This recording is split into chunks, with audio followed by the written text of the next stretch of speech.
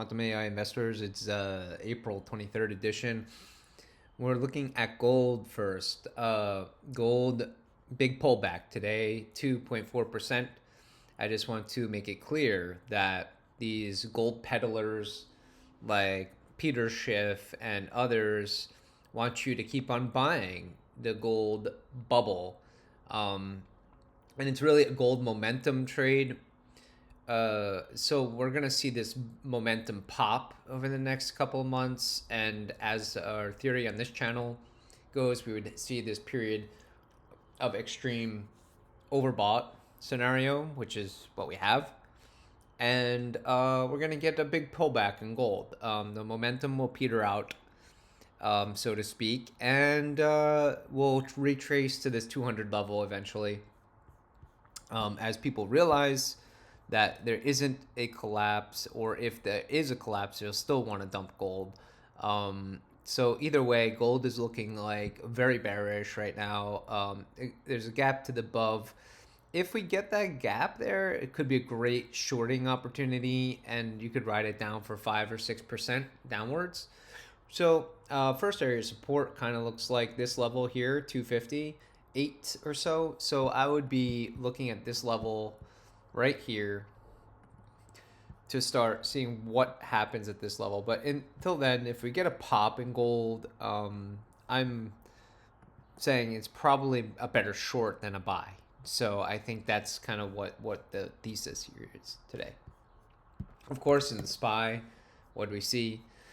We saw a move upward. So 535, I suspect we're consolidating, and I think we're going to probably move higher in the SPY, which is probably also bearish for gold. So we're going to see this fifth wave play out over the next few months, perhaps even a year.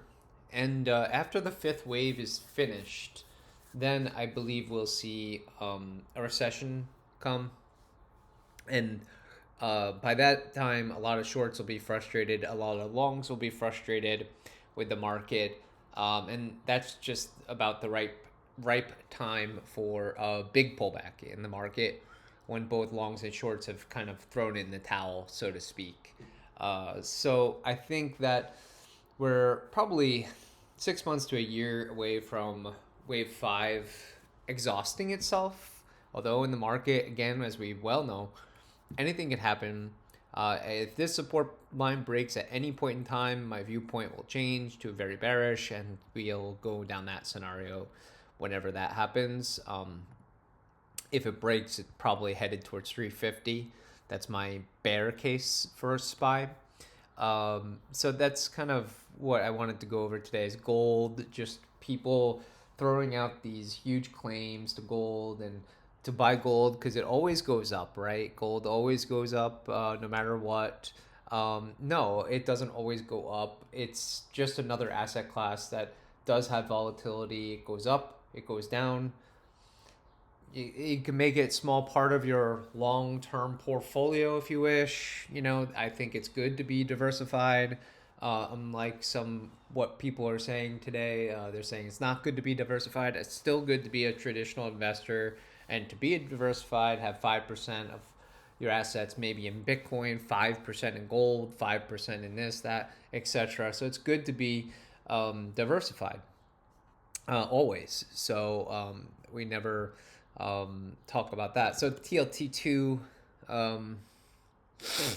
basically no movement. It looks bearish. I would stay away from now. I think if we get a bull wave 5 in SPY, TLT will continue to trade down, which makes it even a much more likely long-term buy at these levels. Can you hold on to it for 5 years, for 10 years? If the answer is yes, then just buy now and sleep for the next 5 or 10 years and watch your money grow, because there's no way that TLT will be this low forever. This is artificial suppression. They're going to need to cut the rates, interest rates. It's just a matter of when, not if. And to sustain our debt levels, to sustain our way of living, an American way of living, they're going to need to cut interest rates. Again, it's a matter of when and not if. So therefore, TLT is a great buy if you have a very long time horizon. Not a great trade at this point in time. I wouldn't trade TLT.